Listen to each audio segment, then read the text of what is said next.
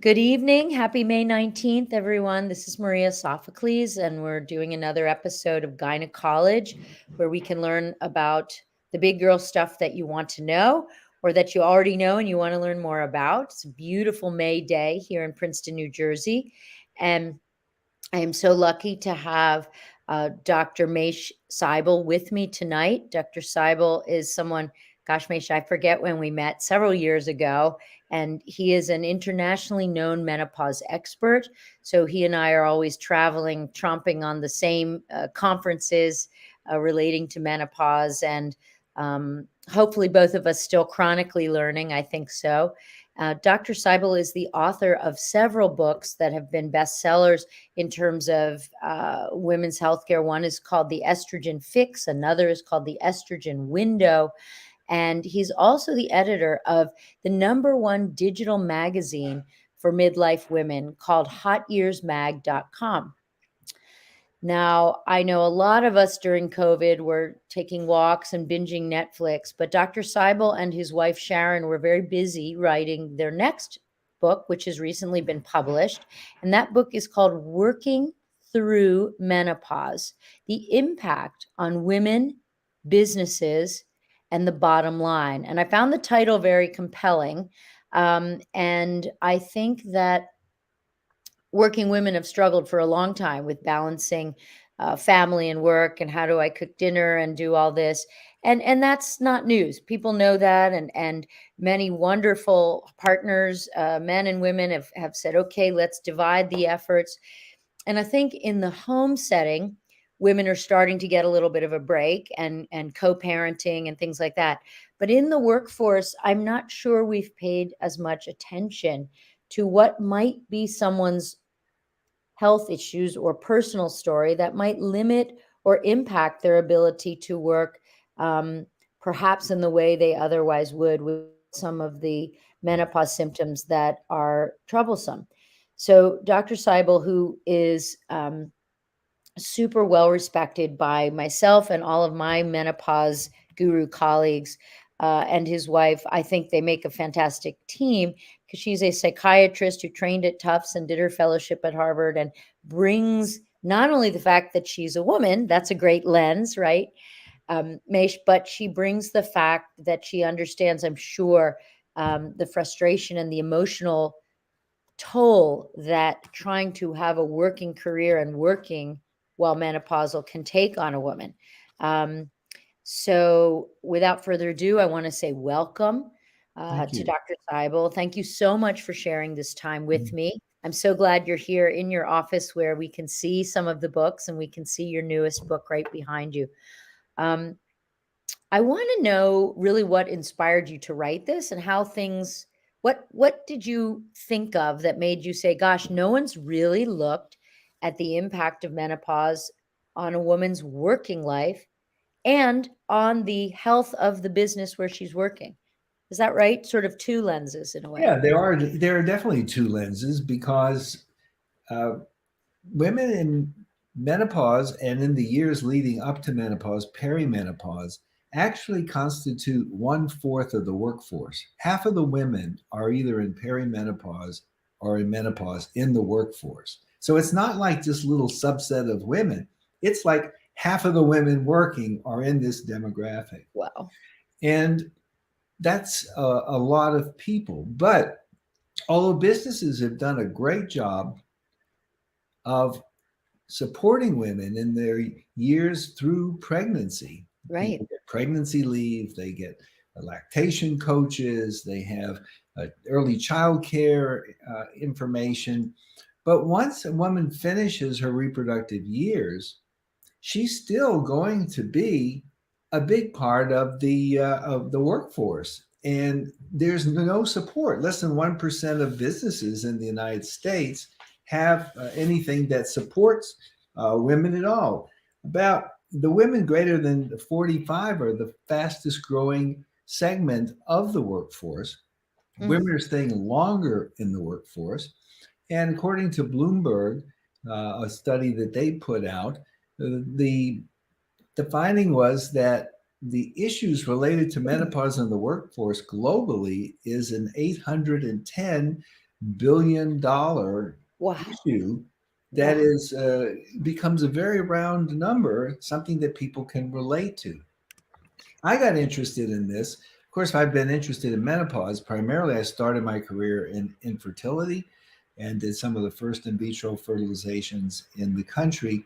But my wife had surgery that threw her into early menopause. She has that BRCA or BRCA gene. Hmm. She had surgery in her early 40s, just 6 months after the Women's Health Initiative came out and incorrectly stated that having taking estrogen could increase your risk of breast cancer or heart disease and other things. That's been disproven, but the myth goes on.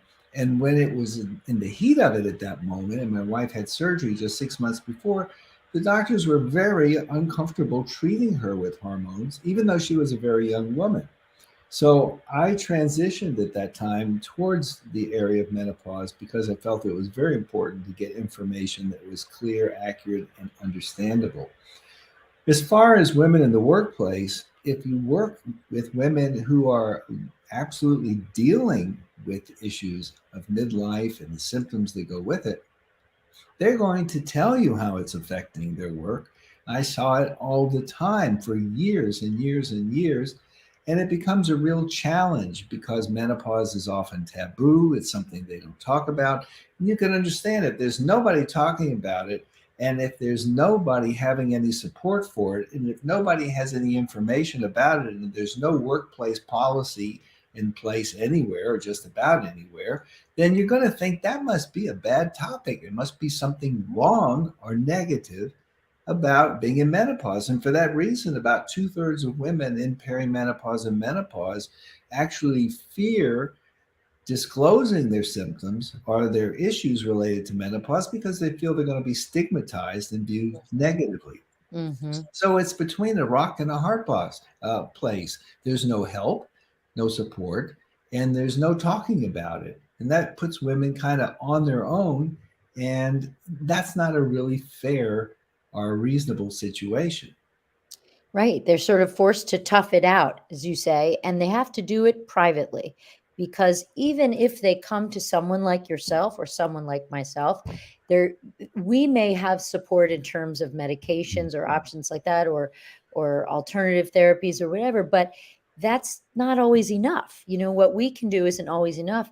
And as you know, Mesh, so many physicians actually don't bring it up. They're busy, their practice is focused on deliveries. A menopausal woman comes in and they get a mammogram prescription, a pap smear, and out the door. And it's a sensitive topic, so they may not even be bringing it up to their clinician, or the clinician might not ask. Yeah, just say that right now, only about 20% of OBGYN residency programs provide any information about menopause. In other words, 8 out of 10 gynecologists aren't receiving training about menopause. And if you Right. look at the primary care segment, it's probably less than 10%. So you have women going in for help to the people they are entrusting their care to. But unfortunately, this is a topic for which women are not getting the support they need because the providers aren't getting the information. Right. The We training. have to start with training, different training, Right. because a a follow-up to that study looked at how many primary care providers and OBGYN residents would want to learn about menopause. I had hoped it would be 100%. It was 70%. So if you're going to go, hope you don't hit the 30% that actually didn't even want to learn. But 70% of those people know they're undertrained, know they are inadequately informed, and do want to learn more. Um, but I think you're right about the taboo concept. Women feel guilty about complaining about it, even to a doctor. And so can you imagine how much worse you'd feel going to a boss or a mentor, or, the CEO, and saying, I'm I'm struggling to concentrate because I'm having so many hot flashes. You can't possibly feel like it's likely that that person would support you, right? Well, it's so bad from that perspective that there was an article last year out of the UK showing that 41% of female physicians in menopause or perimenopause were actually dropping out of the workforce Oh, because they felt, number one, the symptoms were really interfering. And number two, they were not comfortable as physicians talking with their supervisors wow. about the symptoms they were experiencing. And so that level of awkwardness, that perception of being viewed or judged has a huge impact. And these are women doctors. Imagine what it's like in other fields.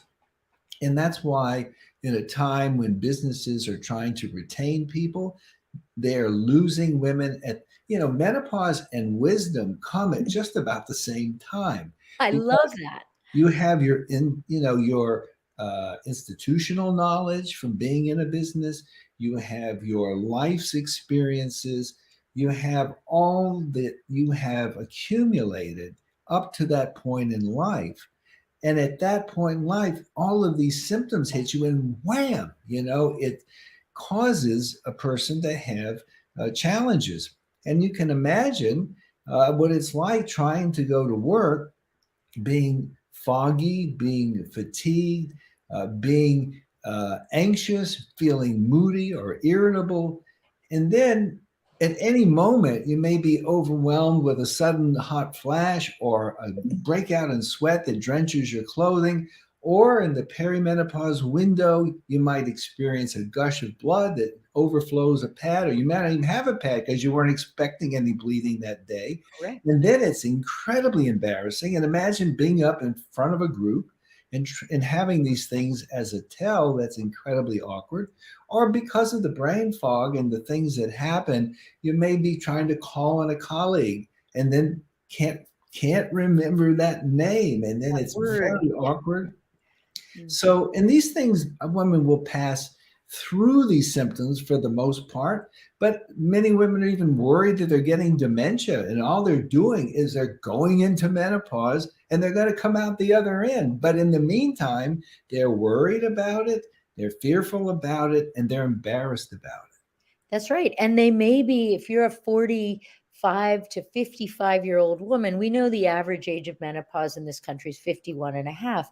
But between that, say, 45 and 51, 52 age period, where you may have symptoms even while you're still having your period, many women don't understand. They say, I'm still having my period. I can't be menopausal. Well, that's what perimenopause is, right? The years Right, before the period stops. So they don't even understand why they're feeling this way. Like you said, many women will come and say, something's wrong with me. I tear up all the time, or I can't remember people's names. Also, this is often when we are still very much in the build the career mode. For a 25-year-old, they're at the beginning of a career. They don't even know necessarily what they want to do. A 75-year-old may be at the twilight of the career, where they're not really proving anything to anyone anymore. They've written their book. They may be retired, but a 45 to 50-year-old woman is usually really trying to prime time. to make her money, or to make her partnership, or to grow her workforce. And it's very hard. It's very hard. And we know, the elephant in the room is that, just like racism and anti-Semitism are alive and well, sexism is still alive and well. And so if you're a woman and you're already feeling that you might, whether it's true or not, you feel that perhaps your boss is looking at you not as competent as they might because of your gender. And then on top of that, you're struggling with words, you're struggling to get to work on time because you're changing your white pants that are now messy, or whatever the issue. It's that much more aggravating and frustrating. And you feel like, I'm trying my best to do the best I can, and the menopause gods are not smiling on me. So Right, all the more reason, right, to have right. this. So how can we open up the dialogue in the workforce? What can we do? Well, I want to finish one thought and then I'm going to come to that. And that is that we have to remember, too, that 5 to 10% of women are already in menopause by the time they're 45, and 1% before they're 40. there are a lot of women, there are millions of women who have, like my wife, the BRCA gene or other genes where they're having their ovaries removed between 35 and 40 to protect them from ovarian or breast cancer. They're thrown very traumatically into surgical menopause at that time. And for the ones that go into natural menopause, the symptoms can start up to a decade before. So women in their late 30s, early 40s may think that their palpitations or their heart or their mood is their psychiatric issue, or their memory is their dementia, or or their bladder sensitivity is a urologic problem, when it's all of this is just menopause. And so a lot of times people don't even know they have it. But there's a lot to create awareness. First of all, we have to get rid of the taboo. It has to be okay to get up at a meeting, have a hot flash, and say, pardon me for just a minute, I'm having a hot flash. Let me just pull myself together. I'll be back with you in one moment. Or just like women can go off and have breastfeeding in a room that's set aside for them for privacy and so forth. There has to be a place where a woman could go and pull herself together again, or have more control over the temperature that's surrounding her. Yeah. And I would say that there has to be an opportunity for education of the women and education of the business. A lot of the businesses might be willing to do something if they understood it was an issue. They're not all withholding. Some Right. of them just don't get it. They just don't know. There's so many businesses that have a lot of younger people in them. They're not thinking about this. I mean, Right. we have to remember that the millennials are turning 40 now. And I know. so that We're is we're gonna get millennials getting these, right. The Yeah. millennials are entering perimenopause, like it or not, kicking and screaming. They are there. Yeah. And but they're still thinking potentially about, am I going to get to squeak out one last kid, or other things related to, I just had my baby a year or two ago, I can't be in menopause, not possible. Well, it is possible. It's not the most likely thing, but it's certainly a very, very uh, common thing. So awareness of the businesses, education of the women, education of the businesses, and getting the word out in the surrounding, and acknowledging it as a normal part of life. It's just the other end of puberty. It's just like puberty gets all those changes that lead into menopause. I mean, and into reproduction. And then after reproduction, the changes come and kind of in reverse, and a woman transitions out and beyond reproduction. And that's what's happening. It's just as natural as puberty. And like puberty, menopause will happen to every woman who lives long enough. I mean, not every woman will have a baby. Not everyone will have a fertility problem. Not everyone will have a cancer. Not everyone is going to have any of the other conditions that we look at. But all women, if they live long enough, will go into menopause. And that has an opportunity then to be addressed so that women lead healthier, happier, healthier lives. I think when we look at the progress that's been made with breastfeeding, and how even the shame that used to be associated with breastfeeding, which led to fewer women breastfeeding, has Right. been erased largely and accepted socially as something not only acceptable, but the health benefits of breastfeeding have been shown without question. So now businesses allow that. There are pumping stations and pumping Exactly. rooms.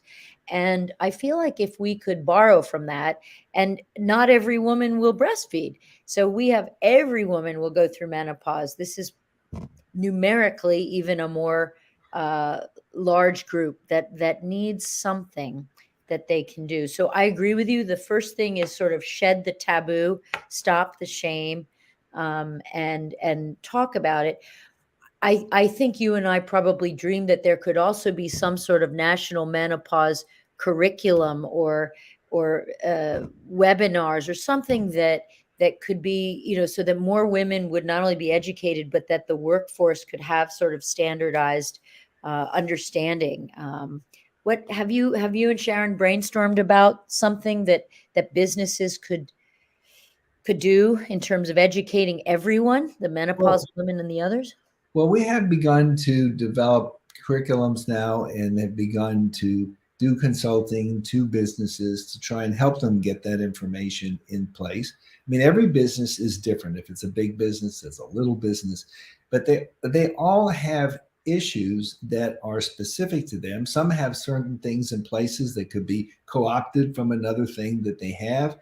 And but and then there needs to be curriculums and information that allows women to just learn about it. Yeah. First, they have to be able to talk about it. Once that happens, then many things are possible. Yeah. I mean, and the organization that near and dear to our hearts, NAMS, certainly does have on their website things for women. I think you hit the nail on the head, though, that where the problem comes is when the woman is at work, and especially if she's not working with other women of that age, she's going to feel like the last thing I can do is talk to my 25-year-old male coworker or Awkward is the devil there. awkward. Yes, yes. And my daughter always says comparison is the thief of joy. So, of course, if you're comparing yourself to someone who's not having these problems, all you're seeing is they're doing everything efficiently and cleanly and well, and I'm struggling. But somehow we have to get the menopausal women to feel comfortable saying it. But be great if they had something in place in the workforce where that was acceptable, like the pumping room. I don't know what kind of things did you and Sharon come up with in terms of things that businesses could do? And honestly, later in the program, I want to talk about the litigation risk too. Like, what should businesses do to sort of keep the staff they want, and Right. even protect themselves from being at the end of unpleasantries that women could say, you don't allow me to function well here. But Well, let's businesses actually have a great motivation if they understood it. First of all, businesses address this demographic, then they would have the opportunity to have happier employees. They would have women that would be able to perform at a higher level. They would be able to have better retention. People would be more likely to stay there. And if they had policies and things in place, people might even come from other companies to work there because they were being looked after. I remember doing work for infertility back in the day for the insurance coverages. I was very involved in getting insurance coverage for infertility. And when certain businesses covered infertility and took and addressed those issues, women would look for companies that had what they needed at the time that they needed it.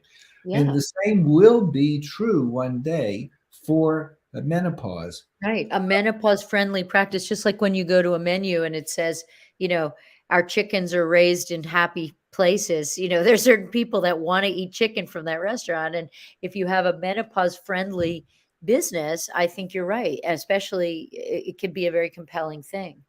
Right. Uh, And also, uh, the cost of menopause, just hot flashes alone in the United States, it's hot flashes is costing businesses about $14 billion in lost work and productivity. It's time away from work. It's 6 more doctor's visits per year than women with hot flashes who are treated. Those who aren't treated have 6 more doctor's visits a year. Now, they don't say they're going for their hot flashes because they don't want anybody to know why they're going. So they have to come up and contrive reasons they're going to the doctor for symptomatic treatment. So they would save money. They would have a happier, more productive workforce, and it would just be a win-win situation all around.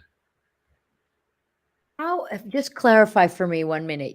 I just wanna repeat it because it's such a staggering amount of money.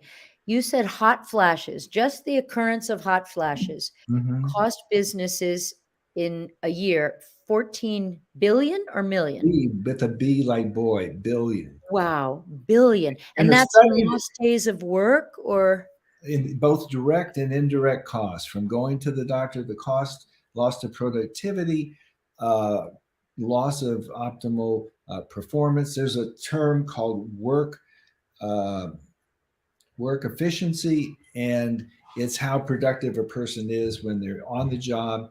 That goes down in the menopause arena. And so there's just so many things that are uh, Yeah. improved. And we have That's such been great treatment options. I think let's talk about those at some point sure. too.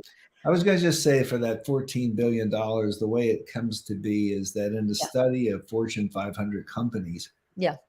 a study of 500,000 women, half of the women were treated with for their hot flashes, not necessarily with any one thing, but half of the women had hot flashes that were treated, half of the women were not treated for their hot flashes. The half that weren't treated cost approximately $400 million for those 250,000 women.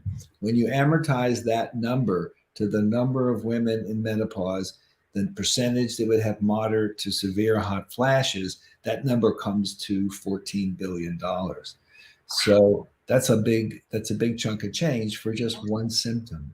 And it's a lot businesses are leaving on the table. It doesn't have to be. That's But I correct. don't point the finger just at the businesses. I sort of pointed at the women a little bit because I think there are so few women in this country who are actually getting the treatment they need. So I urge you, I beg you to think about it, at least listen here, and let's talk, Mesh, let's talk about the options that can safely treat hot flashes and there are some Okay. that have data behind them and some that are sort of non-FDA approved, but there are a lot of safe options that have been around for a Right. while. I will say that to begin with, I would say that when I look at menopause, I divide the symptoms into two kinds. They're basically what I call noisy symptoms. Those are things like hot flashes. Everybody knows you got one. And there are silent symptoms, and those are things like bone loss uh, or atherosclerosis or hardening of Mhm. the arteries. Those are things you don't know that you're getting, but they're happening all the time anyway, Yeah. particularly after menopause. So the trick here is to realize that estrogen came under a great deal of scrutiny in 2002 with the Women's Health Initiative. But that study had a tragic or fatal flaw that made it inaccurate. What they looked at was they gave one group of women hormones and another group of women a placebo. And the women in both groups were supposed to be between the ages of 50 and 79 years of age. Right. The problem was is that right up to the time of that study, estrogen was the number one prescribed medicine in the world. And so there were so many women taking hormones that they couldn't find any that weren't already on it. And so what happened is they tended to take women who were older to come into the hormone study. So 75% of the women, although they ranged from 50 to 79, 75% of those women were between the ages of 60 and 79 who got hormones. Right. But 75% of the women who got the placebo were between 50 and 59. So we're not comparing apples to apples. We're comparing No. apples to oranges, and that's a setup for discrepancy and a problem. Right. So the older women, the ones 60 to 79, had more problems than the women who were 50 to 59, which any logical person would understand is duh, of course. When 10 years goes by, 12 years goes by, and suddenly somebody's decided to look, hey, what happens if all the women are the same age?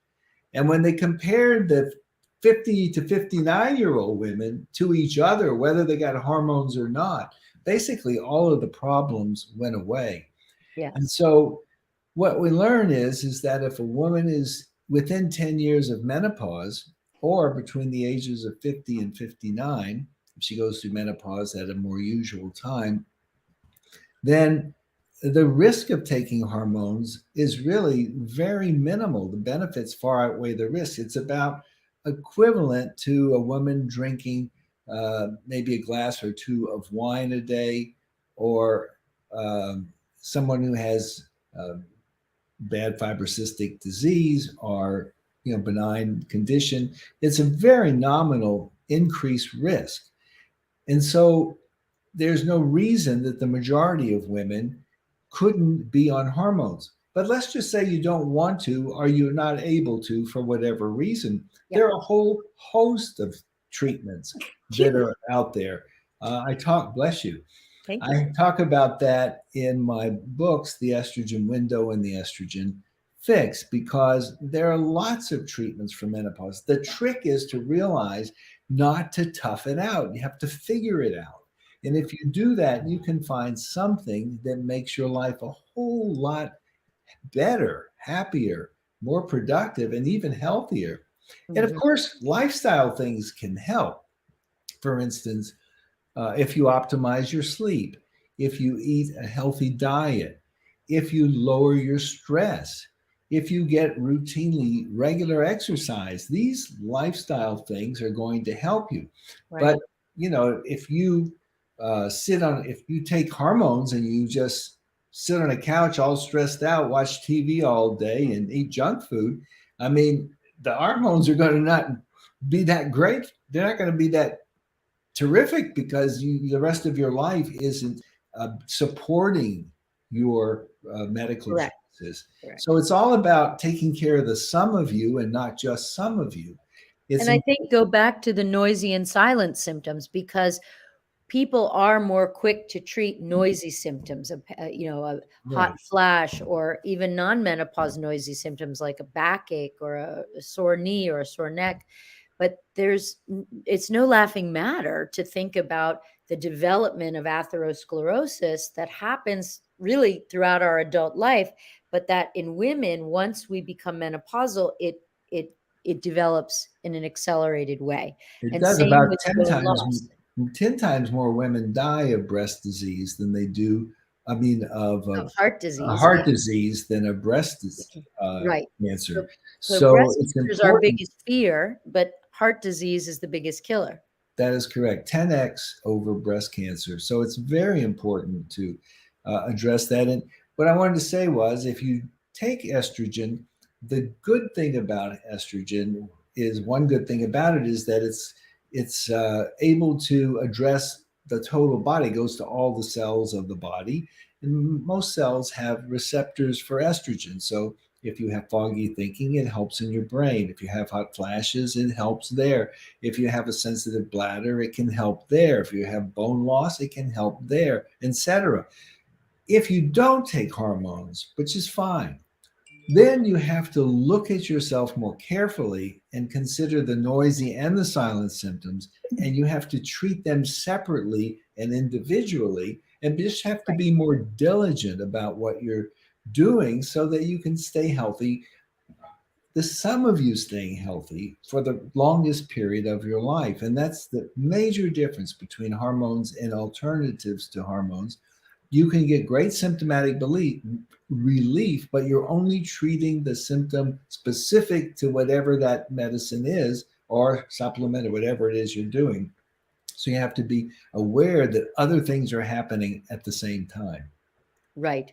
So I want to just recap the bottom line of what you said a few points back, is that the major study that led to estrogen fears, which came out in the early 90s, was called the WHI. That major study, we know, was flawed. This isn't my opinion or Dr. Seibel's opinion. There was a flaw in how the study was carried out. And so the negative findings were somewhat magnified artificially.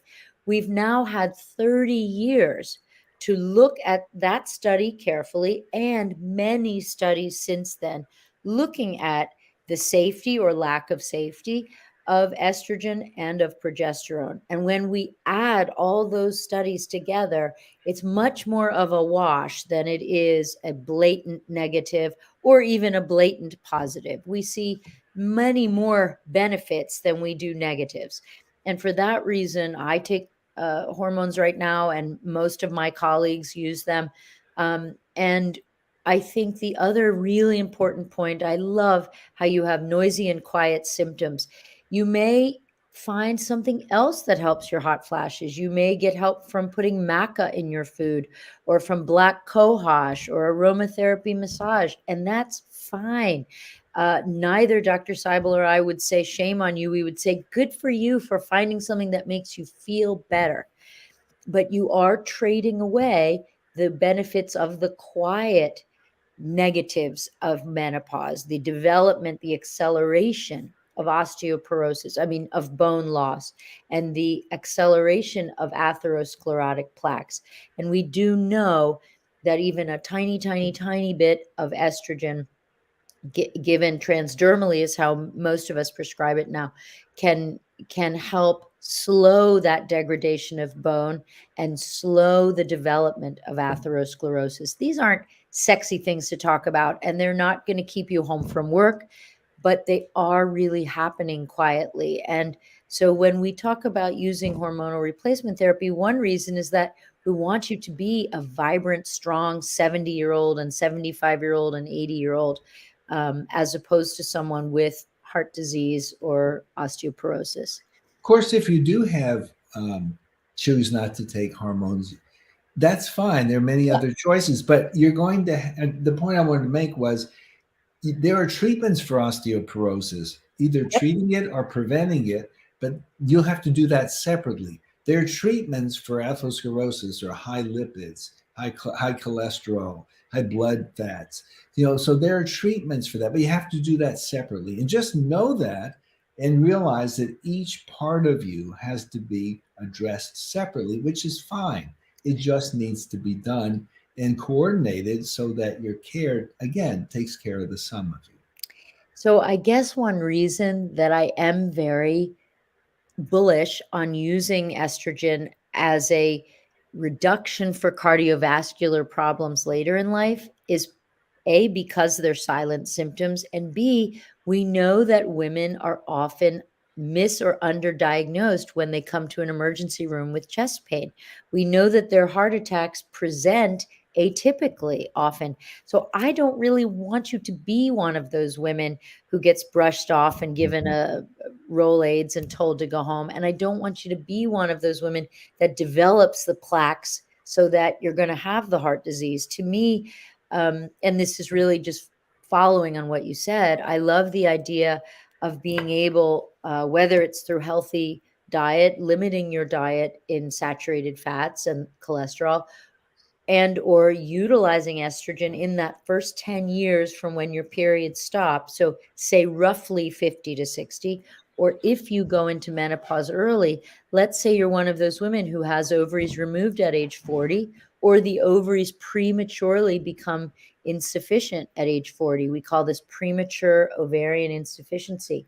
Do not think that just because you feel okay means you don't deserve and should have estrogen until you're 50, because the bones and the arteries will have negative effects. And I'm sure, um, Dr. Seibel, someone talked to Sharon about that at some point, right? When she, No, not or that they much. didn't, and you had to figure it out. That's correct. Not that much. That's part of what was upsetting to me. But you're quite right. If you go into menopause early, in particular before age 45, your risk, uh, if you don't treat it,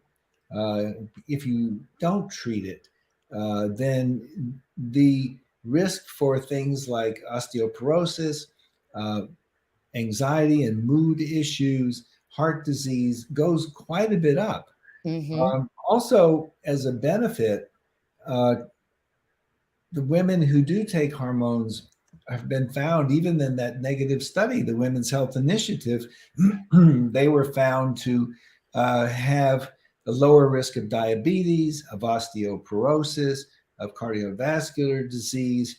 And so all of these are chronic conditions which will affect your work efficiency through the years and also put you at a higher cost to the business in terms of taking time off for work. And so, all of these things, the more you can care for yourself along the way and try to be proactive, the better you're going to be, and the longer you're going to be healthy for the greatest percentage of your life. And that's really the goal. We We all Yeah. know that at some point we are fallible and their bodies will break down and we'll have illnesses. The trick is to go as long as we can without that happening. And whether it's with hormones or other options, the trick is don't do nothing, because that will get you into trouble eventually at a quicker rate. Right. And remember, women are living longer and they're spending now a third of their lives post menopause. So the old image of a granny in a black dress on a rocking chair on a porch, it is, you know, we have women now post menopause who are starting their careers, who are beginning to write their first books, and who are chairing companies uh, when, you know, 100 years ago they wouldn't even have been alive, or they would have been relegated to the porch and the rocking chair. So it's a lot of years that women are in the workforce post menopause, and I think it's about time we paid attention to them. I'd love to get back to your book a little bit, Sure. Dr. Seibel. I'm just going to flash it up. People can see it. Okay, It's called Working Through Menopause: The Impact on Women, Businesses, and the bottom Bottom Line. line. I love it. I love it. And I think it's a really nice companion to, you know, many women have bought a book on sort of the science of menopause and the ovaries, or they can buy a book talking about, you know, people sort of ranting about the symptoms. But I think this is a really important topic that um, at least they can read it privately and feel empowered and feel like they could be advocates for change, even if it's just for themselves or their business. Do you mind sharing some of your pearls? I promise I'll still buy a copy. Well, the issue is that um, there's so many things to talk about. I mean, we had talked earlier before we started about talking about some of the legalities of this, and perhaps we could just mention that now. Sure. You know, one of the big problems is that um, there's still a lot of ageism and sexism, and women are certainly aware of that.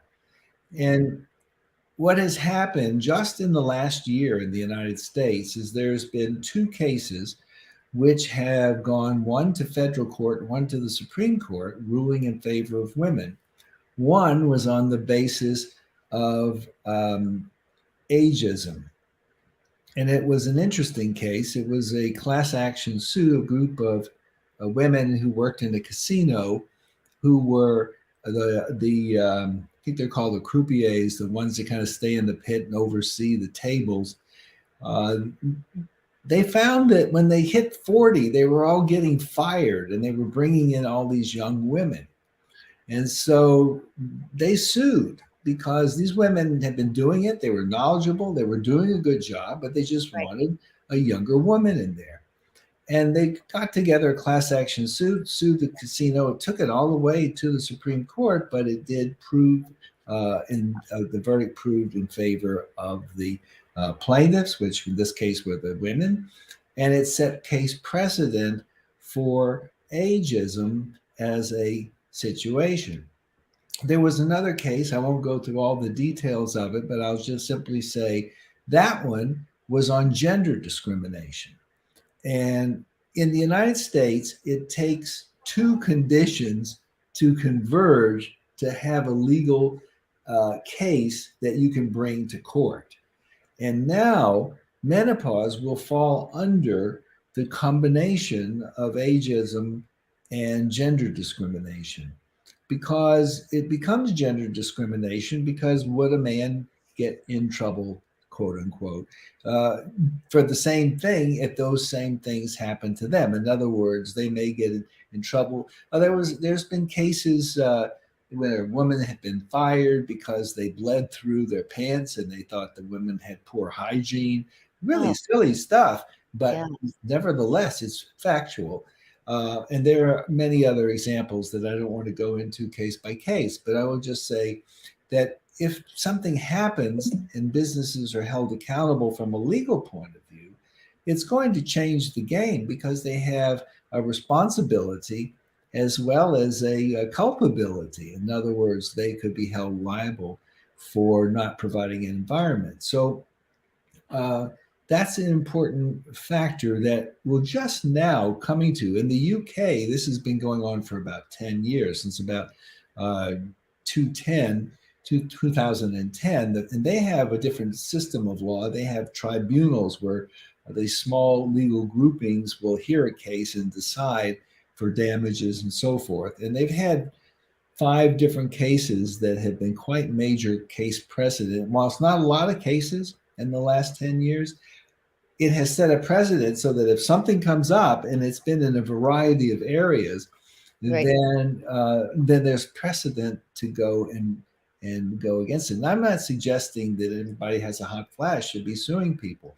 What I am saying is there are circumstances where a person is being challenged and they're not being given um, due understanding and Yeah. due support. I mean, the people need to be supported Yeah. in that way.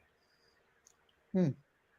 Well, right. Of course, I hope it doesn't become runaway thing where everyone with a hot flash sues, but I think it doesn't have to be. If Not at businesses all. can accept this as a reality, just like ageism, sexism, racism, is to know that even without intending to, there can be actions that are unfair, or just the omission of actions, just not allowing someone who's not well to have 10 minutes to go cool off, or to be able to take a break, or change their clothes. I have patients who tell me they can't work because they're soaking through their clothing.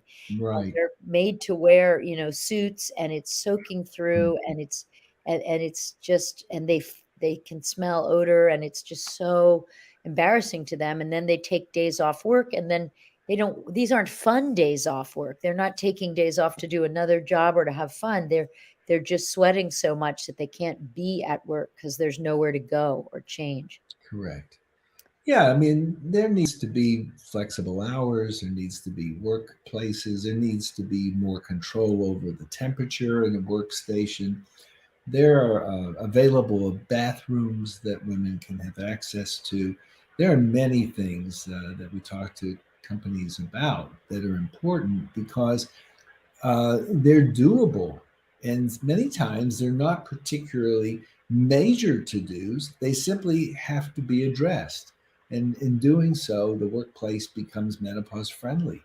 And when that happens, again, you have a happier, more productive, viable person who's more loyal to the company because they're happy. They Yeah. feel like they're being heard. And ironically, and a better bottom line. So it's, you have to spend money to make money, right? So if businesses will spend a little money to make themselves menopause friendly, they're going to have happier employees who stay longer.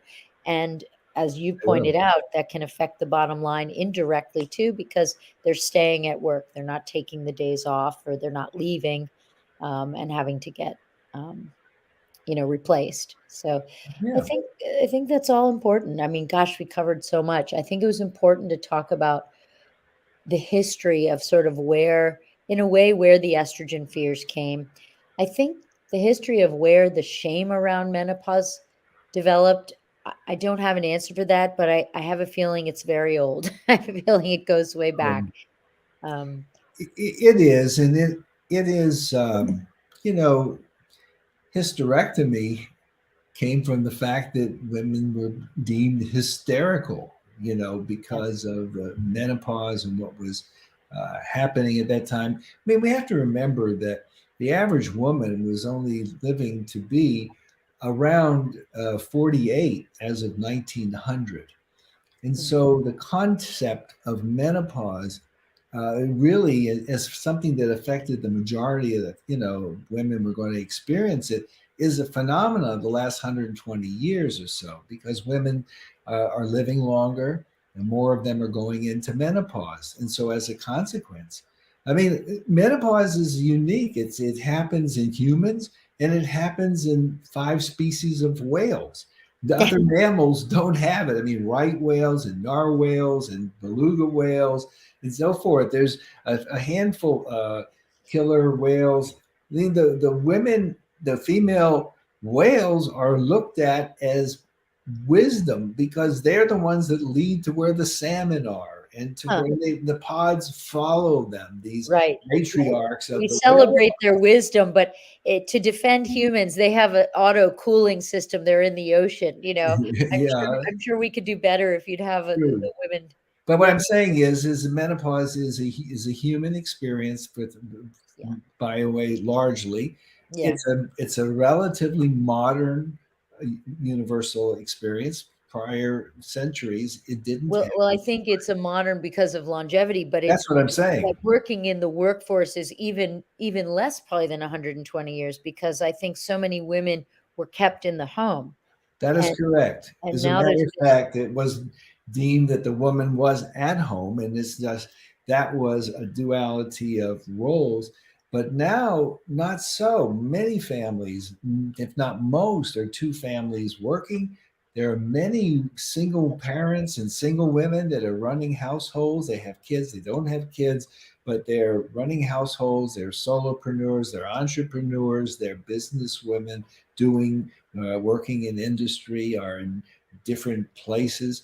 And women are a major part of the workforce. They're half of the workforce. And And let's half not of it forget has that been menopause. there's even an intersectionality here within too, because you're already striving, and I know there are certain fields that are still so male dominated. I have patients who are work for NASA, and they're the only woman in their whole department of engineers and scientists, physicists. I have patients who are professors in departments where it's all male. I have patients who are neurosurgeons, and there's not another female neurosurgeon in their whole hospital. And so they already feel maybe a pressure to prove themselves or feel a minority. Some of these women are women of color. They have a double feeling of trying to prove something, or they're LGBTQ, and they feel that whether people realize it or not, they're not listened to. And so there is an intersectional feminism here as well. And so when you're already struggling to do what you need to do, maybe better than the men, and you're struggling with hot flashes and things like that, I don't think we've really even gotten past the tip of this iceberg. And I'm so No. grateful that this book is at least addressing the tip of the iceberg.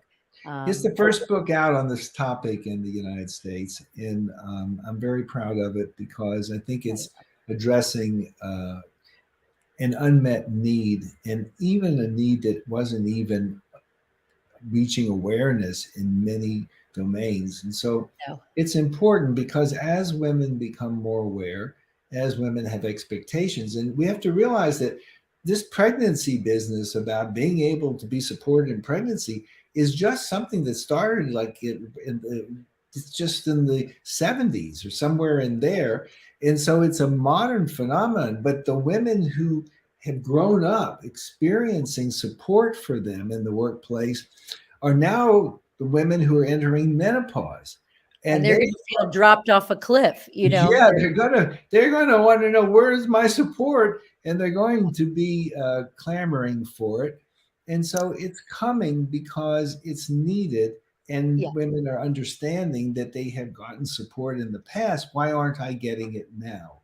And What they should what be. about other countries, Dr. Seibel? Do you have any, because I know that other countries have really been ahead of the US in terms of supporting Definitely. maternity leave, paternity leave, pelvic floor physical therapy after vaginal delivery, things they leave us in the dust, frankly.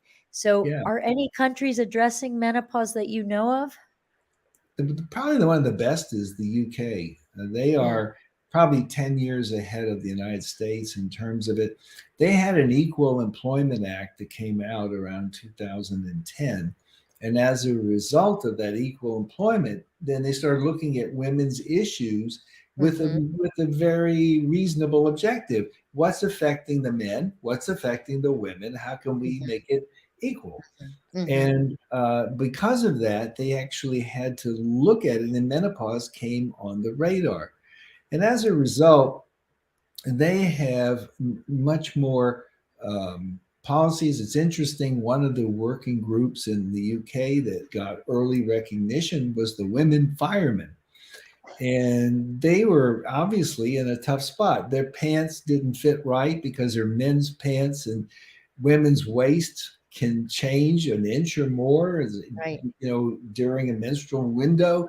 And they were having them either too big or too small. They were having hot flashes, and they're in fires, and it was Oh God. really like really on fire. Yeah. And they were able to make these changes in the workplace, getting the women's pants. And it's not like scrubs in the OR where you can just about tie the string and everything fits. It's like Yeah. these pants Who are who knew, right? Who thinks about that? yeah, well, They did. they did. So that group started it, and then there were certain uh, companies that got involved. GlaxoSmithKline, a pharmaceutical, has a woman who is the CEO. She was very interested in trying to promote this for her women, and she also had a lot of women employees. And there were other companies that are international that have implemented support for women in menopause, and it's just creeping across the water now. So, um, Yeah. but the Well, thing we look is for that that. across the world, the number of women that work is about one half of women globally. That is Yeah. a fact Yeah. globally. So whether you're in Sri Lanka or you're in Finland or you're in UK or you're in the United States or wherever you happen to be, the number percentage of women is rather constant. Yeah. And it is about a fourth of the entire workforce that's in perimenopause or menopause. And, Incredible. women are about a half of the workforce. Yeah. And I know that there was a study looking at the GDP of a country in relation to the percentage of women who use IUDs, because we know that if you can give women reliable, long acting, reversible contraception, they can be in the workforce. And we know there is a point to this story. It seems there. We know that the as you increase the percentage of women who use IUDs, especially in a developing country, their GDP will rise with that increase. Yeah. I would bet, let's flash forward fairy dust 10 years. I would bet we could find or create a similar study where we look at keeping the women who are menopausal in the workforce. And as a society does that better, that their GDP would rise as well. Oh, I have no question because once again, you're getting people at their point of great Yeah. wisdom, when Yeah. they're experienced, they're wise, they have institutional knowledge, they have human knowledge, personal knowledge. They bring so much, and it's Yeah. been shown anyway that men and women think differently. I mean, there's not Right. So a exactly blended board is always desirable in many it ways. is. You A get blended a much team. better, and women are more cooperative, generally speaking, than men. I mean, they work within the framework. These are generalizations, as Mark Twain said. All generalizations are inaccurate, including this one. Right, But and please tell my husband this, Mish, after the show. He won't but the believe it. goal, though, is to have the groups of people who represent each other, and then you'll find that as you support the women, you're going to have a workforce that's stronger. And that's part of my interest in this, plus the fact that it's being overlooked. And Totally. it shouldn't be. It should Yeah, be focused on so yeah. that businesses will do better, the women will be doing better, and it will make for a more productive society. I'm super excited to see what you do with this and what the people who read this will do. And I think we should have this chat again next year and we'll see what's been done. It's super exciting. I thank you so much for spending so much time to help me understand this topic better, as well as the people who'll be watching this and who've watched it tonight. I'm with Dr. Mache Seibel, who is a friend and colleague and the author of a book that I think you should grab it one more time and we should take a look at it so we can see the cover one more Sure. time. Sorry, thank you. This Whoop. the limits of my IT skills. Working through menopause, the impact on women, businesses, and the bottom line. If nothing else, good beach reading, I think. Anyway, Mesh, have a great night. You And the same. Thanks look, for having me on. I'm really appreciative, and it's lovely to see you. it's always lovely to see you. And we'll be back next week with more gynecology and more great topics. Pride Month is coming, so there'll be a really fun panel regarding a lot of LGBTQ issues in June. And we look forward to seeing you then. Take care and good night, everybody.